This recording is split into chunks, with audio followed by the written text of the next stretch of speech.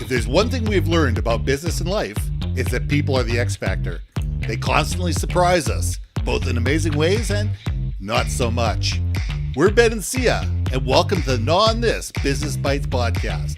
This show is all about real life things we all deal with every day, how they relate to business, and how to make some sense out of our daily chaos. Welcome to the show.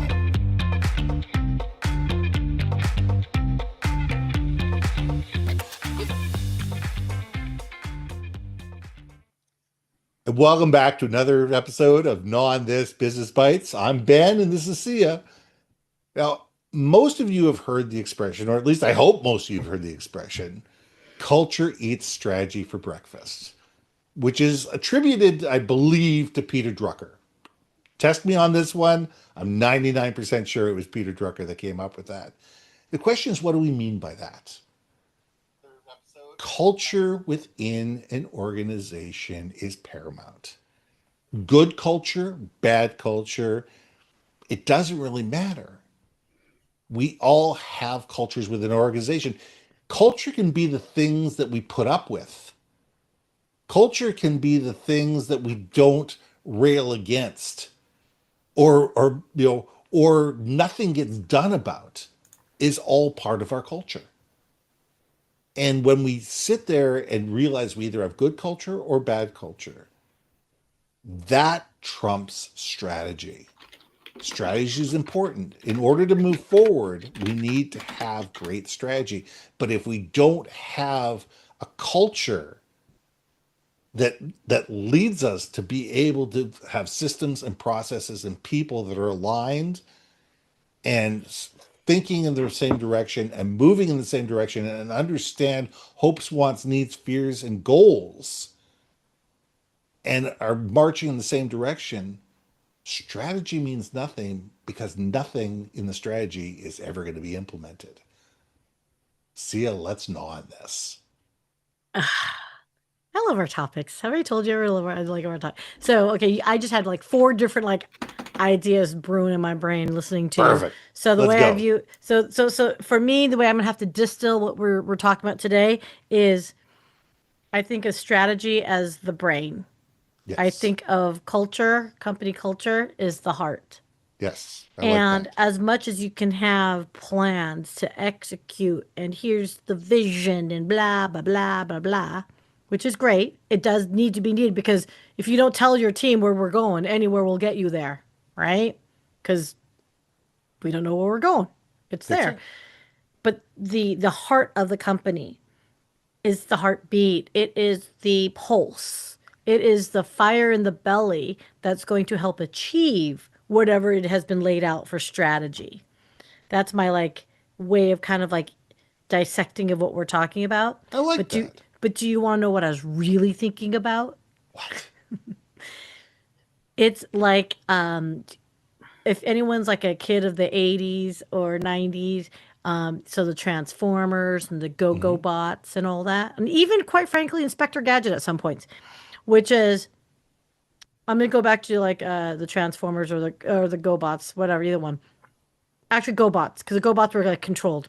Anyway, imagine where the GoBots all each had their own pieces. So one was like part of the leg, one was part of the arm, there'd be one in the head and whatever, right?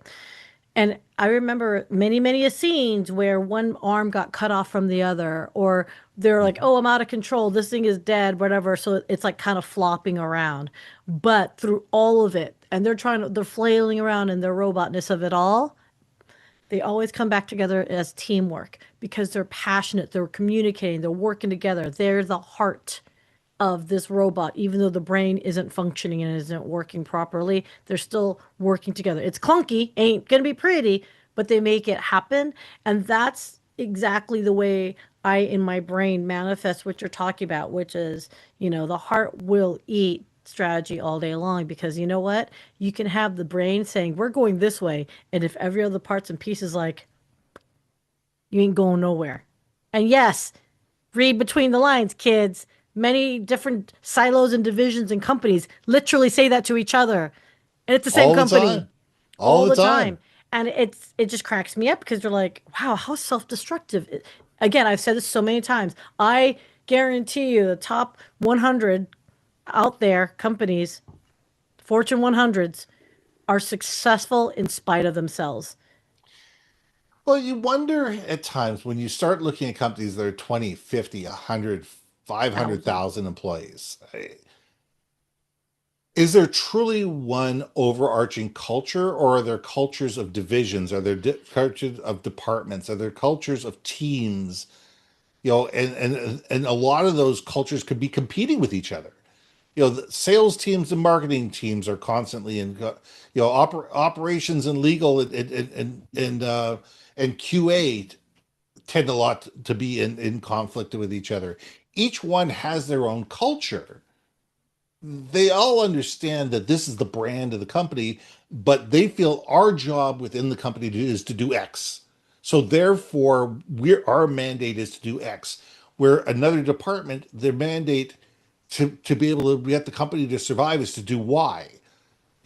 Legal and compliance have a completely different set of agendas and needs and wants and fears than marketing does, or HR for that matter. And you start getting, the larger the company it is, the bigger the silos get, and the deeper the moats become, Mm-hmm. and the more challenging it is to be able to move forward as one cohesive unit, because there's competing budgets, there's competing priorities, there's competing hierarchy within the C-suite, and a variety of other things, and competing projects. And when you do that, you have a breakdown of culture, because there isn't that one overarching, this is what we do, this is who we do it for, and we're all for the customer, let's go. Mm-hmm. And throw the egos out the window, and let's work together as teams to be able to do X. And the great companies and the great cultures are able to do that. And there are companies, as they get older and as they get more mature and as they get larger, are able to maintain that. But it's harder. It's a lot harder, and you really need to have champions within all the various departments that come together on a very regular basis to be able to maintain that culture, and to be able to have them disseminate that culture throughout the organization. So your strategy for your marketing department and your sales department may be very different from your QA department, your legal department, your compliance department, your customer success department. Each one of them is trying to serve the customer in their best way forward, but their needs, wants, and priorities are different. So those different strategies are being gobbled up because there isn't a cohesive culture. You know, said it before, I'll say it again. There's something very powerful if the culture, like the company culture, knows that there's a grander vision and purpose outside Yes, make money, make money, make money, make profit, profit, profit, right? And it keeps coming back to, when I worked at Disney for almost 7 years, I can tell you it wasn't a picnic every day. no, of course not. But I will say though, it was such a wonderful reminder of, look, you might be having a bad day, you might be having a bad job, right? But in the grand scheme of where you fit in the machinery, if you could give someone a positive memory, Mm-hmm. something to smile about, something that, you know what, especially now, like if people are able to even go, it's like probably the only time they'll ever get to go, kind of thing, Maybe, right? yep. So don't be an a hole. Let them be immersed into the fantasy, The right? one, And 3, 5 days that they're at Disneyland may be the only 1, 3, 5 days that they're in Disney their entire life. entire life. And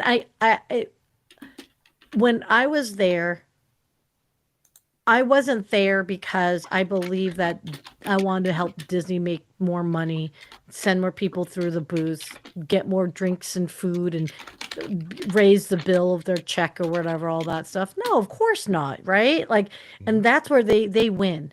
That's where they have been able to create this fantasy of people believing into that storyline of what can be. And you know what? Maybe memories, right? I remember, Right. dude, heck yeah, Mr. Toad's Wild Ride, I'm in for it. 99% of the people don't even know what Mr. Toad's Wild Ride, like, what is Mr. Toad? Like, the story, right? Wind in the Willows. Like, no one Right. knows. So, anyway, I digress, but good, bad, ugly, different, what you think of the Disney Corporation today, they do have a company culture of, at least at the amusement park, we have Yes. created a story and fantasy, and it's our responsibility as cast members to make sure they immerse themselves into it. And that was very powerful. It is And powerful. that's why I'm a big advocate. And everyone talks about, oh, let's do storytelling and business. That's take a cue from Disney, you guys, because Hmm. that's how you get people to rally Well, around you, either internally and externally, at all that good stuff. I feel like I'm babbling, but it's just like, no, but you're not, because stories are a huge part of building culture. From the time of the cavemen, we told stories. mm-hmm, Yeah, we told stories of don't go out after dark because you're going to get eaten. mm-hmm, And everything beyond that. And if that's how histories were created, maintained, and organizations grew and tribes grew based on their stories. And the more we can sit there and have every person within the company be able to tell the corporate story and believe in it, because they see everybody else living that story. They see everybody else, not only they're not just words on a wall, they're actions in the corporate C-suite and everywhere else. And when people know that story, they're not just says this, well, we believe in people, we believe in growth, we believe in this, we believe, okay, what does that mean to you? And when we can do that, we can build strategies and plans and implementation around things that tie back to the culture and tie back to the stories that enable us to succeed, because everybody remembers a story. Not only do they remember it, but they internalize it, they can recall it, and they can retell it to others. And that's what makes brands and cultures powerful, is when somebody who's been with the company for 6 weeks can retell that story to somebody else. yeah. And they not only do they can they tell the story, but they believe in the story because they've seen other people live that story. And that's important, whether it be a safety culture, whether it be a corporate culture, whether it be a sales culture, whatever. When we can tell our stories about how do we succeed, who are the people that we want to bring on board, what do we want them to feel like, what do we want them to do, how do we want them to interact with us, and have that as part of our story, we build cultures that enable us to build strategies that enable us to fulfill that. Mm. Mm-hmm. Preaching. Preaching, Ben. Preaching. We got to figure out some way to like we agree way too. I keep saying this every time. I'm gonna have to dig deep into my I disagree, Ben. Okay. It's too much. But I do agree with this. I have to say, but I'm just kvetching on this one. You know what? It's It true though. But is, I think we both come from a period of our lives where we've seen cultures succeed. We've seen cultures fail, but we've also seen cultures succeed. If all we had ever seen is cultures fail, I think you would feel very differently, and you would be able to argue against me. And there's a lot of people that can. There's a lot of hmm people who have never seen a successful culture. They've seen cultures that are backbiting. They've seen cultures that are infighting. They've seen cultures that are, there's a brass ring on the ceiling, and it's perfectly acceptable to step on somebody's head in order to be able to grab it. and oof, that's it's probably more cutthroat now, but that's a different topic. But I could argue, I would argue now more than ever. You're making me go a different topic. Okay, dip, dip, dip, dip. I can't. I'm Okay, done. so I'm out of let's here. let's leave that there, because I'd love to hear what people think about this. I can't wait to read the chat about this. I think that I want people to know what's the great cultures you've been part of, what are the bad cultures you've been part of, and how have they affected the strategies that have enabled your company to either move forward or not. I'm Ben, And I'm Syya. and we'll see you soon.